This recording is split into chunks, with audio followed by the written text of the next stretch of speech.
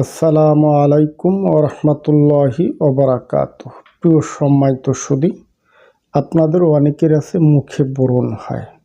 সাধারণত ব্রণ হলে ভিতর থেকে শাল বের হয়, মুখটা লালচে বর্ণ হয়ে যায়, অনেকের ক্ষেত্রে ঘামাচির মতো গিনি গিনি দানা ওঠে। এছাড়াও অনেকের মুখে ঘায়ের মতন হয়ে যায়, চাপ দিলে ভিতর থেকে পুজ ও রক্ত বের হয়। করণীয় প্রতিকার বিষয়ে আমাদের সাথে আলোচনা করেন, কিভাবে এই সমস্যা থেকে মুক্তি লাভ করতে পারবেন। এ সকল বিষয় বিস্তারিত আলোচনা থাকবে আজকের এই ভিডিওতে। প্রিয় সম্মানিত সুধী, আপনারা যারাই আছেন আমাদের কাছে বলেন যে মুখে ব্রণ, অনেকের আছে চোখের নিচে দুই সাইডে ঘামাচির মতো গিনি গিনি দানা ওঠে। আপনারা এই সমস্যা থেকে মুক্তি পেতে চান।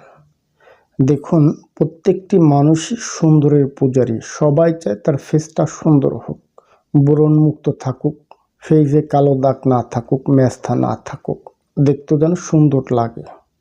এটা আমরা সবাই কামনা করি। অনেকে আছেন চর্মরোগ বিশেষজ্ঞ, স্কিন বিশেষজ্ঞ চিকিৎসকের পরামর্শ নেন, ভালো ফলাফল পান না। করণীয় প্রতিকার বিষয়ে আপনারা আমাদের সাথে আলোচনা করেন। দেখুন, আগে জানতে হবে ব্রণ কি। ত্বকের সেবাসিয়াস গ্রন্থি থেকে সেবাম নামক এক ধরনের তৈলাক্ত পদার্থ নিঃসরণ হয়।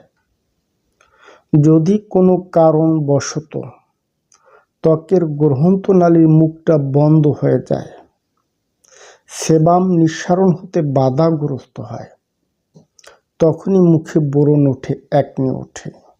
অনেকের দেখবেন ঘামাচির মতো গিনি গিনি দানা ওঠে, চাপ দিলে ভিতর থেকে শাল বের হয়, দাগ হয়ে থাকে, স্পট পড়ে যায়।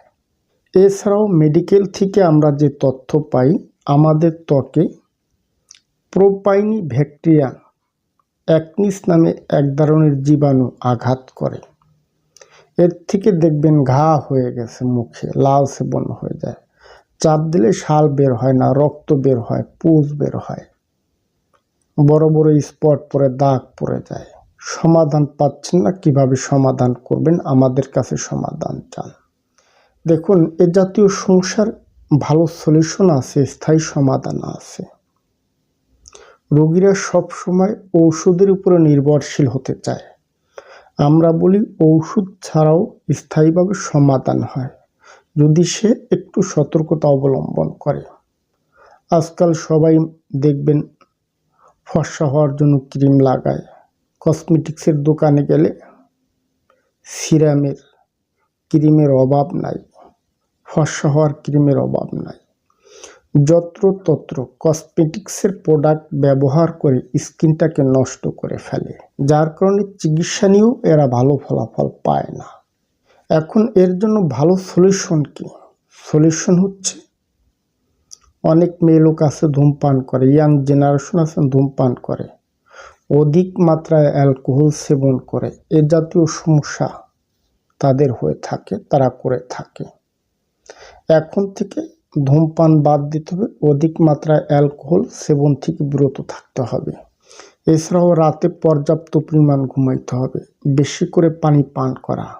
যাদের মুখে ঘা হয়ে গেছে, অ্যালার্জি জাতীয় খাবারগুলি টোটালি অ্যাভয়েড করে চলা। বিশেষ করে গরুর গোশ, ইলিশ মাছ, ইচা মাছ, পুঁই শাক, ভেন্ডি, বেগুন, এ জাতীয় খাবারগুলি টোটালি অ্যাভয়েড করে চলা। ত্বকে ভালো মানের সানস্ক্রিন ব্যবহার করা। আপনি যখন রৌদ্রে যাবেন, বাহিরের ধুলাবালি ত্বকে লেগে গ্রন্থনালীর মুখটা বন্ধ করে দেয়, দেখবেন তখন স্কিনে ঘামাচির মতো দানা দানা ওঠে, চুলকানি হয়, নানাবিধ সমস্যা হয়। এজন্য আপনি যদি বাইরে যান, ভালো মানের সানস্ক্রিনটা ব্যবহার করবেন, এতে করে আপনার ত্বকটা সুরক্ষিত থাকবে। অনেকে আছে গ্রামগঞ্জে বাড়ি, কাঠের চুলায় রান্না করেন, আগুনের তাপ ত্বকে লাগার কারণে ত্বকটা লালচে হয়ে যায়, ঝলসে যায়। যারা মুখের ব্রণের সমস্যা ভোগ করে আসছেন, অন্তত রান্না করার সময় হলেও অন্তত ত্বকে সানস্ক্রিন ব্যবহার করবেন, যাতে করে আগুনের তাপটা আপনার ত্বকে না লাগে।